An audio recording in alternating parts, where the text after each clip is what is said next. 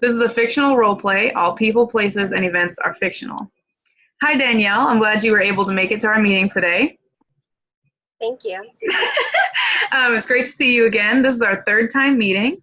In our last meeting, we had agreed that you would meet some of your friends at your favorite coffee shop to try to maybe dull down some of the anxiety you feel when you go out. How did that go? I mean, it went better than I expected it to be. I was still nervous and I still had like anxiety and my legs shaking, and I kept looking at the door because I just really wanted to leave. But I mean, it was still stressful, but I did it. So I'm really proud of myself. And I know that I was sweating a lot and I had like shortness of breath. But the stress ball actually helped that you gave me. And I was able to do those, like some of those techniques that you taught me the last time with the deep breathing, I think it was.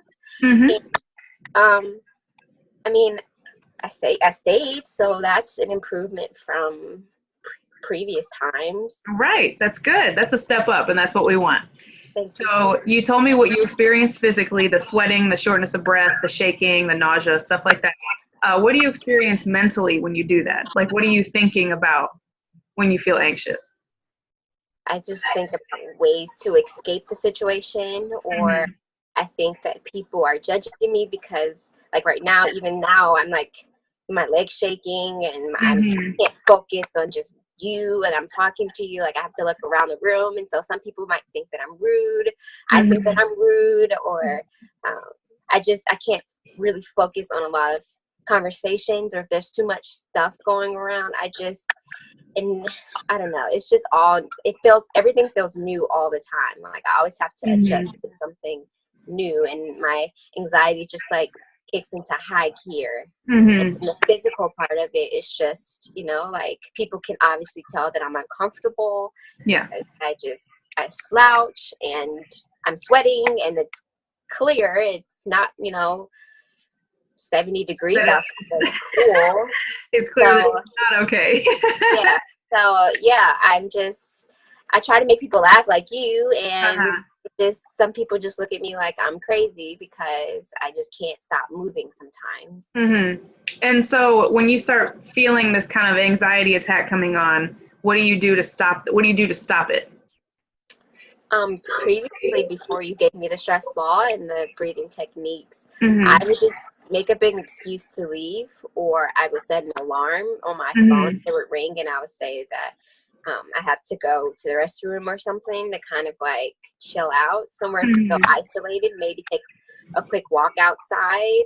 But then people will start calling me, asking me where I'm at, if I just decided to leave, and I just didn't want to go back and tell people. So I just kind of always remove myself from the situation, but I miss my friends, so I want to try to work better at being around them. Have your friends ever been like, hey, Danielle, where are you going? What's going on?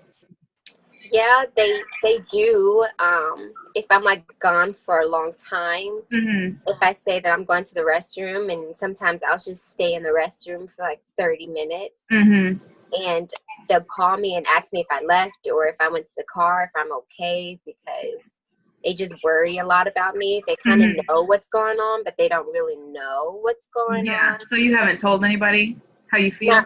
Not really. I mean, I share things with my sister and my mom, but they really don't even understand either, because they're such like outgoing people and they love to do things, and I just can't. Okay. So in what setting does this nervousness feel the worst? Like, rate them. Well, I'm in school. So right now, that's like one of the top, just because it's new every semester. And I have like, even though I get like, as soon as I get adjusted and I get comfortable, bam, there's another semester, and it's like never ending process. But so that would probably be the worst. And then like going to new restaurants would be like the second. And then hanging out with my friends would be the third. Okay. So we're going to rate them. and you said that the classes are the worst. Well, yeah, the classes are the worst. The restaurants are like a little bit better, and then hanging out with your friends is the easiest to cope with, right? Yes. So we've already addressed the restaurant situation. We got you, and kind of the friends all in the same one, because you went out to a restaurant that you were comfortable with, the coffee shop, and you hung out with your friends, and everything went decent. Everything was fine. Nothing happened to like trigger you or give you any attacks or anything. So now we just need to work on addressing the class situation, especially when do you start school? It's summertime right now, and I'm still in the summer class, but it's like a teacher that I know, so it's better. But I start in a summer program in like 4 weeks, in like July. Okay, so we'll get to that in just a second. How long have you been feeling this way when you go out to a new place? How long have you been having these attacks in public? It probably started at the end of high school when I was going into college. I think that's when I started to just have nervousness, and I went away from college, and I think that being out of the house and being out of my comfort zone, I was in the same school for like kindergarten to 12th grade. We were in the same building, and it was just a bigger building, and I had the same friends, and then I had to just go to a new town and a new school, and I think that's when it all started, was when I had to go to college, and that's as far as I can remember. I don't ever remember feeling this way because my friends always comment on it. Have you ever been like quick to anxiety at any other point in your life? I would say yes. A lot of my friends and my family would probably agree with that. It's just been little things. I'm a military brat, and so I moved around a lot, and I think always having to like kind of like change different towns. Although I went to the same school, it was just like my parents had to drive a long way just because they wanted me and my sister to have some type of normalcy. All right, so we'll go back to the new class and how we're going to deal with that. So you said that you remember some of the relaxation techniques that we had, where you carry the stress ball with you. And then there was the breathing techniques, where it's like deep breath in, deep breath out, deep breath in, count to 5, deep breath out. And how did the breathing work for you? That didn't make you like stand out and feel awkward or anything?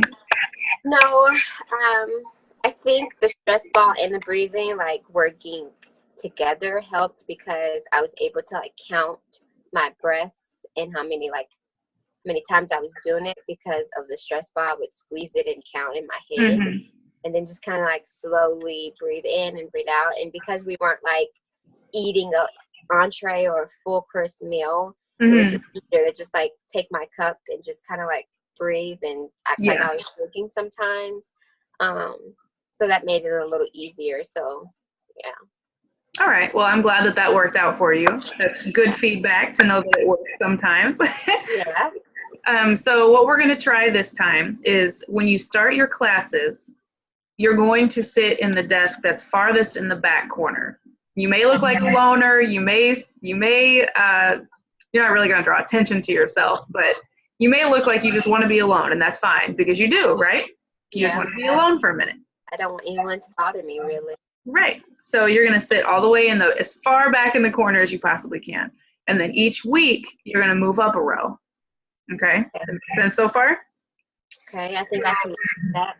Okay. And then once you get to the middle, people are going to start noticing you. And because people are usually pretty friendly.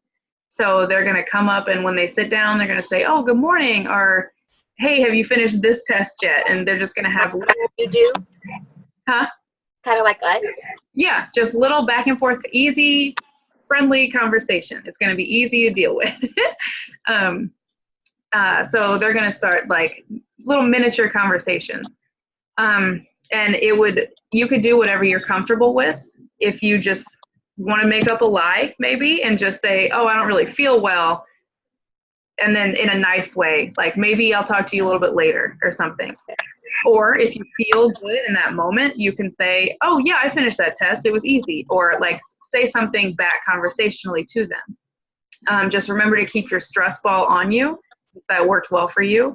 And remember that nobody is out to harm you. There's nothing that's going to trigger any anxiety or anything. So if you start feeling yourself being anxious or feeling those signals that you've noticed in the past, just use your stress ball and your breathing techniques. Everything is okay. Everything's going to be fine.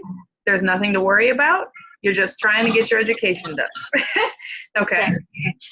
And then eventually you're going to work your way up to the front. Okay. So you're going to be all right. You're going to move to the front of the classroom, and you can go whenever you're comfortable, because when you sit in the front, you're much more likely to be called on by the professor to answer a question, to partake in discussions, things like that. So whenever you're comfortable with that, you go ahead and partake in those conversations. And until then, maybe you could tell your professor, hey, I'm not really comfortable with public speaking. Maybe don't call on me unless I raise my hand. Okay? Okay.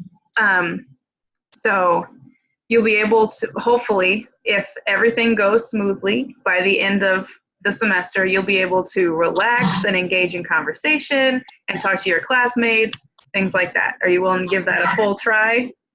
Yeah. All right. So just remember your breathing techniques and your stress ball, and what you need to focus on avoiding are the what ifs. Think, well, what if people laugh at me? What if some just outrageous, ridiculous story that's never going to happen? There's no reason to stress about, oh, well, what if I pass out in front of all these people? That's not going to happen. Everything's going to be all right. Just remember that you're here to get an education just like everybody else. There's no reason to stress. Focus on how you would feel if you could fully engage in the class. And then just focus on how you could feel if you could fully go out with your friends and just enjoy this new restaurant they found downtown, or this new shopping center that they found. So that all sounds doable for you? Yeah. Okay. Well, thank you so much for coming, Danielle. And if you need anything else before our next session, you can call me. If there's an emergency with this situation, go ahead and call me, and we'll do our best to deal with it, okay? All right. All right. Have a nice week. Thank you. I can't stop it. Okay. Wait, what happened?